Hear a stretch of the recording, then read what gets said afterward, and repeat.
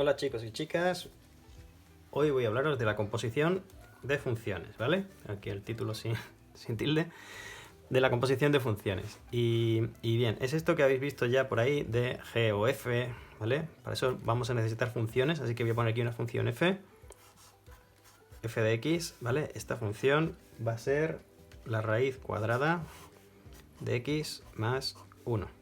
Y otra función g de x, que va a ser x al cuadrado más 3. Bueno, dos funciones. La primera, una función irracional, ¿vale? Una raíz de índice par. Y el dominio sabemos que es números mayores que menos 1, ¿vale? Tiene que ser números mayores que menos 1, o de lo contrario, mayores o iguales. O de lo contrario, lo que hay dentro de la raíz saldrá negativo. No podéis sustituir ahí valores menores que menos 1. Y una función g de x polinómica que no tiene ningún problema. Bueno, pues ¿qué es esto de función compuesta de f con g? Bueno, la función compuesta de f con g, lo voy a escribir para que quede aquí testigo, de f con g es esto, g o f de x. Cuidado porque se dice en el orden contrario del que aparece aquí. Función compuesta de f con g, g o f de x, ¿vale? ¿Qué quiere decir esto? Pues esto quiere decir que si yo cojo un valor de x y lo sustituyo en la función compuesta de f con g, esto es lo mismo que si yo cojo un valor de x, lo sustituyo en la función f de x y la imagen la sustituyo en la función g de x, ¿vale? En ambos casos vamos a llegar a lo mismo, ¿vale? Al mismo resultado.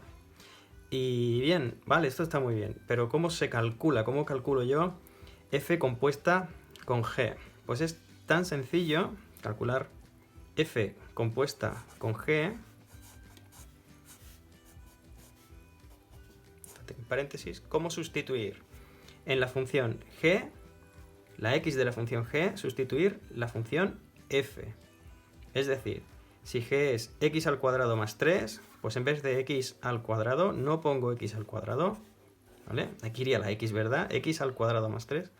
Cambio esa x por la función f, que es la raíz cuadrada de x más 1.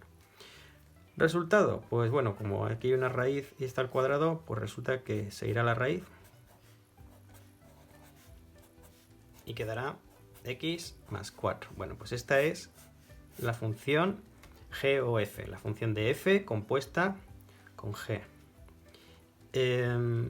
Al contrario, hacer g compuesta con f o g de x, pues será esta vez sustituir la g en la f, ¿vale?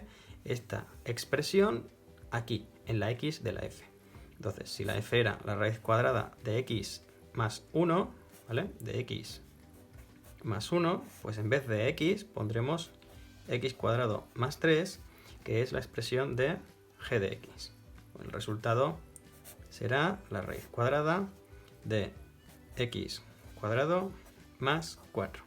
Así de fácil hemos obtenido la función de f compuesta con g y de g compuesta con f. Y fijaos en un detallito, no son iguales, ¿vale? Esto no cumple la propiedad conmutativa, no es lo mismo f compuesta con g que g compuesta con f, ¿vale? Casos completamente diferentes. Y podemos hacer pues un último experimento, por ejemplo, con g o f, ¿vale? Y decir qué pasa con g o f si sustituyo x igual, por ejemplo, a 2. Bueno, pues, perdón, g o f hemos dicho. G o f de 2 es igual a 2 más 4, 6. Vamos a ver si ocurre lo mismo haciendo este camino. Bueno, pues entonces lo que haré será x igual a 2, sustituirlo en f y ver cuánto es f de 2. f de 2 sería la raíz cuadrada de 2 más 1, sale la raíz cuadrada de 3. Muy bien, y ahora este número, la imagen que he obtenido, la sustituyo en g g de la raíz de 3. Pues sería la raíz de 3 al cuadrado más 3. Y la raíz al elevar al cuadrado se va, y 3 más 3 es 6, ¿vale? Pues ya sabéis, hacer GOF es coger este atajo y no tener que sustituir en dos funciones, sino simplemente en una, ¿vale? Espero que lo hayáis entendido, y si tenéis dudas o ejercicios interesantes que mandarme, pues nada, yo los recibo con los brazos abiertos. Mucha suerte, mucho ánimo y a por ello.